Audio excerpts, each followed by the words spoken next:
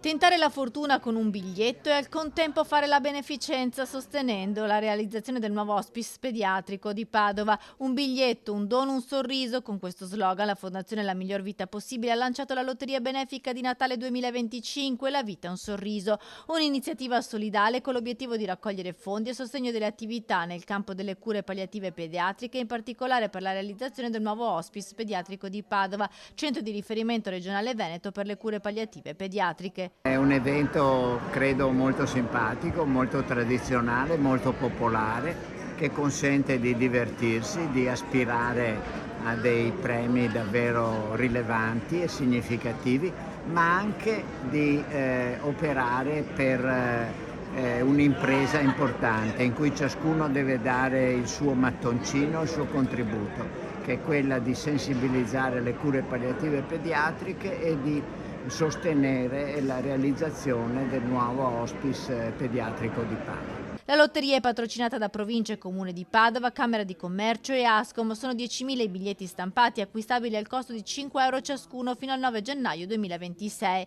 I premi sono prestigiosi e vanno dalla Fiat Topolino elettrica ad un soggiorno in Alta Badia con ski pass fino alle esperienze culinarie con l'evento stellato Il Gusto per la Ricerca 2026. L'estrazione finale dei biglietti vincenti della lotteria benefica si svolgerà sabato 10 gennaio 2026 presso il punto vendita solidale sotto il Salone a Padova.